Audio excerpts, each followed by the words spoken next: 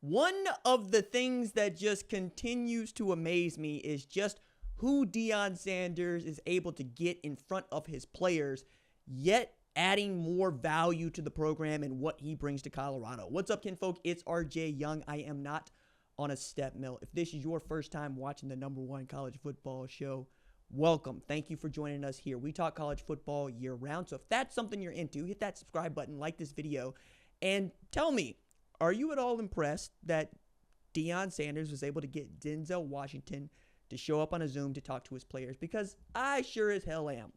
I am, because Denzel Washington, who is now into his 70s, just began doing what only Denzel Washington could do, right? He is performing on Broadway as Othello, right? Opposite Jake Gyllenhaal, who is playing Iago. I'm that type. I love Shakespeare. Denzel Washington loves Shakespeare. If you have not seen Denzel in The Tragedy of Macbeth, you should 100% watch it. It's on Apple TV. I know there's just a lot of people that don't do that, but I do, because I love that play, and I love to see Denzel Washington doing it. My man was absolutely nailing those monologues. I'd almost forgot the taste of fears. The time had been, my senses would have cooled to hear a night shriek, and my fell of hair would at dismal treaties rouse and stir as life were in it. I have supped full with horrors, direness familiar to my slaughterous thoughts, cannot once start me. Wherefore was that cry? The queen, my king, is dead. She should have died hereafter. There would have been time for such a word. Tomorrow and tomorrow and tomorrow. My God, I love this stuff, dude. Anyway, he took time out of his schedule to go talk with the players as they get ready to start their spring practices. And one of the things that he said in there was, you better send me a ticket to the national championship. And that was his way of saying, I expect Colorado to compete for the national championship. And Deion picked up on that. After Washington had gone, he said, look, Denzel Washington said, you're going to be national champions. Are you going to believe him, right? And Denzel Washington got that Black Daddy energy, because he was saying, hey, look, if y'all don't send me a ticket to the national championship, don't watch no more of my movies. Don't tell me how great you think I am. I know that you was just playing. Denzel is that type too. If you've ever heard a Denzel Washington interview, I swear it feels like your daddy is just talking to you. Like, I can only imagine what it was like for John David Washington and his sister to grow up at that table. Because one of the things that man was talking about was, hey, private school costs how much money? I'm telling y'all do what? Meanwhile, John David Washington stars in one of my favorite movies ever, which is Tenet. Love that friggin' movie. He's the Black James Bond in that movie. And he got his daddy's walk. He got his daddy's stroll. It is the coolest thing. And then Denzel Washington still out here being an action movie star, you know, with these equalizers and whatnot. I'm not kidding. I wanted to grow up to be Denzel Washington when I still want to grow up to be Denzel Washington. Ain't but one Denzel Washington, though. You know what I'm saying? So, like, my man was actually having these conversations, having these interviews with folks, and he is just being himself. And being himself means that he is always toying with you. He is always going to assert himself, and he's always going to have a measure of control. That's part of acting, right? One of the reasons that I thought it was interesting that he went back to theater at the time that he did was he said, look, film is a director's medium. Theater is an actor's medium. You are in concert with the actors and the audience, and they will both let you know how they feel. He would continue to go on with this, right? And I think there's lots to pull from football in this, in that you understand the back and forth that is going on a football field between an offense and a defense, between a safety and a quarterback's eyes, between a receiver and him recognizing coverage, making the side adjustment, knowing that the quarterback is also making the side adjustment and doing it. This is blocking, right? There's so much to pull from here. It's just a big language that I think speaks to us with such verve and empathy if you allow it. And having someone like Deion Sanders to also articulate such a thing while also being able to bring in Denzel Washington. Y'all realize how much black excellence was in that room at one time? Boulder. But Boulder had to be feeling the surge, had to be feeling the Wakandan surge all throughout for however long Denzel was in that room conversing with those players who were conversing with Deion.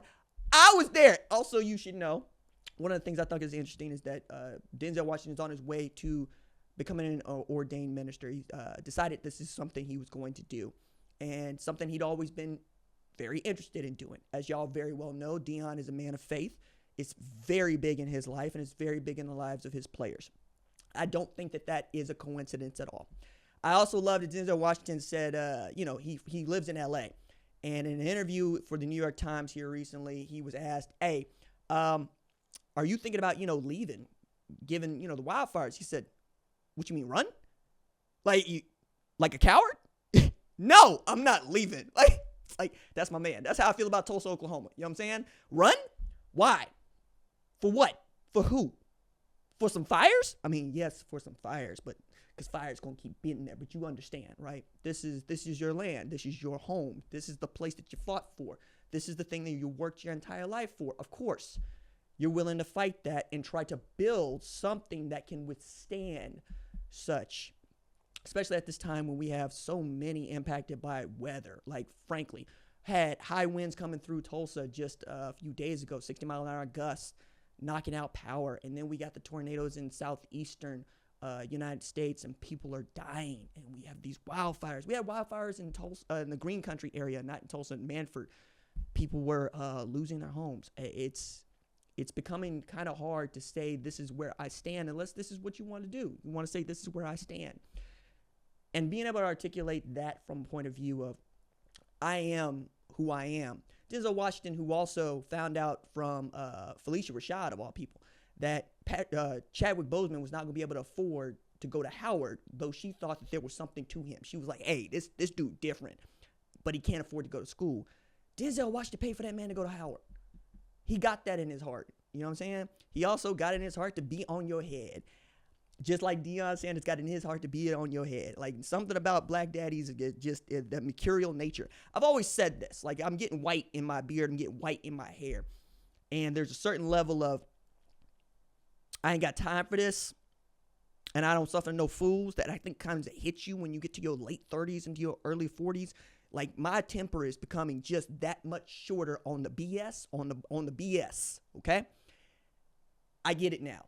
And if I ever get to be twice my age, which is what Denzel is staring at, or even into my late 50s, I'm sure I'm going to look back at this and say, fool, you didn't know nothing. Because I look back at the 17-year-old I was and 25-year-old I was, and I say, fool, you don't know nothing. I turned 38 this year. I'm getting old out here. I'm trying to act old out here, too. I'm trying to tell y'all, like, I'm also here trying to learn some new things, do some new things, but I've only got so much time to go around. When you can get someone like Denzel Washington to just liven up the room by saying, I believe in you, young black man. I believe in what you are capable of doing. I believe that you are here for a reason. I don't know how you leave that room without that in your back pocket everywhere you go. And that is, once again, the reason we're doing a segment about Colorado, the reason we're doing a segment about Deion Sanders. There's only so many men that pick up the phone when Denzel Washington wants to call, and there's only so many men that he's going to answer the phone for in times like this. And I think that was speaking volumes as we got to hear about this exchange. Just so much cool stuff going on over there. So if you got the opportunity, check it out. If not, I understand. Some of y'all aren't here for the Colorado content, and that's okay. I get that. But it is the content that lots of people that watch this show enjoy, and I hope you can find something in here that you can use. We're going to talk some more football. I promise. We will. But I needed to do this because, frankly, so much of what those two men represent is who I am too.